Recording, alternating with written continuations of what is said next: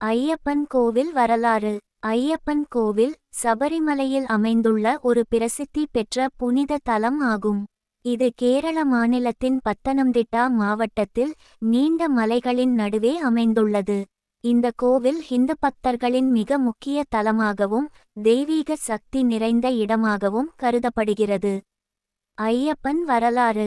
ஐயப்பன் கதை புராண வரலாறுகளால் மிக சிறப்பானது. ஐயப்பன் பரம சிவனுக்கும் மகிஷி என்ற அரக்கி வடிவத்தில் இருக்கும் மகளான மகாவிஷ்ணுவின் அவதாரம் மோகினி ஆகியோரின் மகனாக கருதப்படுகிறார்.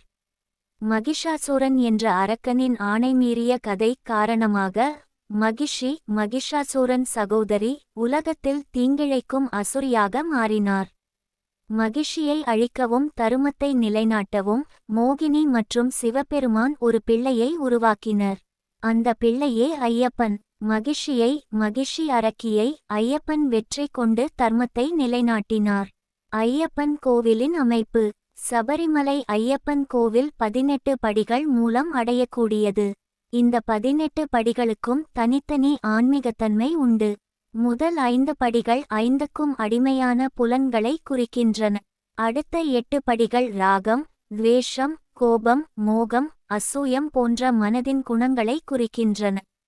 கடைசி 5 படிகள் அறிவில் உள்ள இருளை நீக்குவதற்கான 5 நிலைகளை குறிக்கின்றன. சபரிமலையின் சிறப்புகள். மண்டல பூஜை ஐயப்பன் வழிபாட்டில் முக்கியமானது.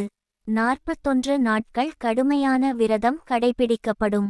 மகர ஜோதி ஒவ்வொரு ஆண்டு தை மாதம் ஜனவரி மகர ஜோதி நிகழ்ச்சி கோவில் முன்வானத்தில் வெளிப்படும் அற்புதமாக கருதப்படுகிறது.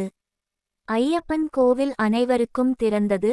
இதில் ஹிந்து, முஸ்லிம், கிறிஸ்டியன்யர்கள் என அனைத்து மதத்தினரும் வந்து வழிபடுகின்றனர். மத நல்லிணக்கம். சபரிமலை கோவிலின் வழிபாட்டில் மத நல்லிணக்கம் பிரதானமாக உள்ளது.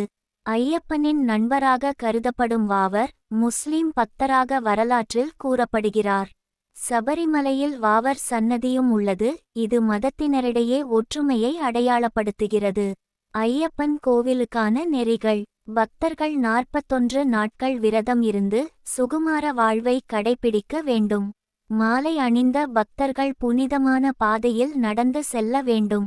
கோவிலுக்குச் செல்லும் முன் பம்பை நதியில் நீராடுவது அவசியம். கோவில் பண்பாடு. சபரிமலை ஐயப்பன் கோவில் பக்தர்களை நம்பிக்கையும் ஆன்மீகமும் நிரம்பச் செய்யும் இடமாக விளங்குகிறது. சுவாமியே சரணம் ஐயப்பா எனும் முழக்கம் பக்தர்களின் தெய்வ நம்பிக்கையின் உச்சமாகும்.